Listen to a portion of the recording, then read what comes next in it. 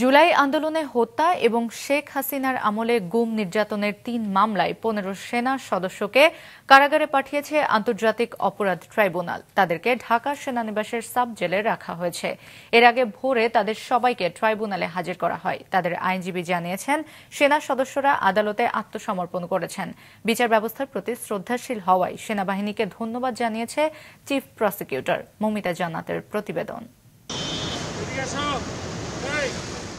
মানবতা বিরোধী অপরাধের ৩ মামলায় ১৫ সেনা কর্মকর্তাকে হাজির করা উপলক্ষে ভোর ৬টার আগে থেকেই পুরো ট্রাইব্যুনাল প্রাঙ্গণ নিরাপত্তার চাদরে ঢেকে ফেলা হয়।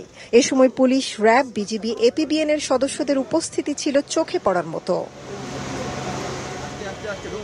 সকাল ৭টার কিছু পরে শীতাতপ নিয়ন্ত্রিত প্রিজন ভ্যানে ১৫ সেনা কর্মকর্তাকে ট্রাইব্যুনালে নেওয়া হয়। এদের মধ্যে একজন মেজর জেনারেল, ৬ জন ব্রিগেডিয়ার জেনারেল, কর্নেল ৪ জন, লেফটেন্যান্ট কর্নেল ৩ জন এবং মেজর ১ জন। এদের মধ্যে ১৪ জন কর্মরত এবং একজন অবসরকালীন ছুটিতে আছেন। সকাল ৮:৩০টার দিকে পৃথক ৩ মামলায় ১৫ সেনা কর্মকর্তাকে গ্রেফতার দেখিয়ে কারাগারে পাঠানোর নির্দেশ দেয় ট্রাইব্যুনাল ১, যার নেতৃত্বে ছিলেন বিচারপতি মোহাম্মদ গোলাম মর্তুজা মজুমদার। এসব মামলায় সাবেক বর্তমান ২৫ সেনা কর্মকর্তা সহ মোট ৩২ জন আসামি। পলাতকদের হাজিরের জন্য ১ সপ্তাহের মধ্যে বাংলা ও ইংরেজি ২টি জাতীয় দৈনিকে বিজ্ঞপ্তি প্রচারের নির্দেশ দিয়েছে ট্রাইব্যুনাল। এই মামলায় শেখ হাসিনা সহ জেনারেল তারিক সিদ্দিকী সহ যে সমস্ত আসামি পলাতক আছেন তাদের বিরুদ্ধে পত্রিকায় বিজ্ঞপ্তি দিয়ে হাজির হওয়ার জন্য নির্দেশ দেওয়া হয়েছে। আগামী ১ সপ্তাহের মধ্যে এই পত্রিকায় বিজ্ঞপ্তি দিয়ে তাদের হাজির হওয়ার জন্য বলা হয়েছে। বিচার ব্যবস্থার প্রতি শ্রদ্ধা রাখায় সেনাবাহিনীর প্রতি কৃতজ্ঞতা জানান তাজুল ইসলাম। তাদের কোন কারাগারে রাখা হবে এটি কারা কর্তৃপক্ষের এখতিয়ার বলেন তিনি।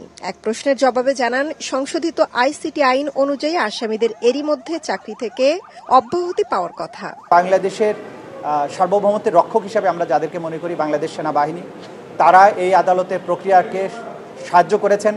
তারা ঘোষণা দিয়েছিলেন যে ল অব দি ল্যান্ডের প্রতি তারা শ্রদ্ধাশীল থাকবেন। দেশপ্রেমিক সেনাবাহিনীর ব্যাপারে যে সমস্ত অপপ্রচার যারা করেন তাদেরকে আমরা বলবো অপপ্রচার করবেন না। আমরা সর্বশেষ সংশোধনী অনুযায়ী বলা হয়েছে, যখন কারো বিরুদ্ধে বিচার প্রক্রিয়াটা শুরু হয়ে যায়, ফরমাল চার্জ দাখিল হয়, তখন আসলে তিনি আর সার্ভিসে আছেন বলে গণ্য হবেন না। এটাই হচ্ছে আইনের ব্যাখ্যা।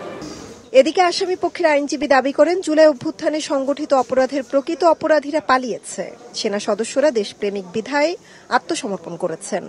এরই মধ্যে আসামিদের জামিন আবেদন করেছেন তিনি। জানান, আসামিদের ক্যান্টনমেন্টের সাব জেলে পাঠানোর আবেদনও মঞ্জুর হয়েছে।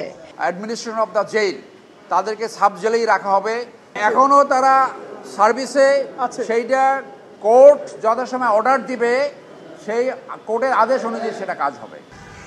আওয়ামী লীগের শাসনামলে গুম নির্যাতনের 2টি মামলার পরবর্তী শুনানি আগামী ২০ নভেম্বর এবং রাজধানীর রামপুরা ও বনশ্রী এলাকায় সংগঠিত মানবতা বিরোধী অপরাধের মামলার শুনানি ৫ই নভেম্বর নির্ধারণ করেছে ট্রাইব্যুনাল। মৌমিতা জান্নাত, মাছরাঙা সংবাদ, ঢাকা।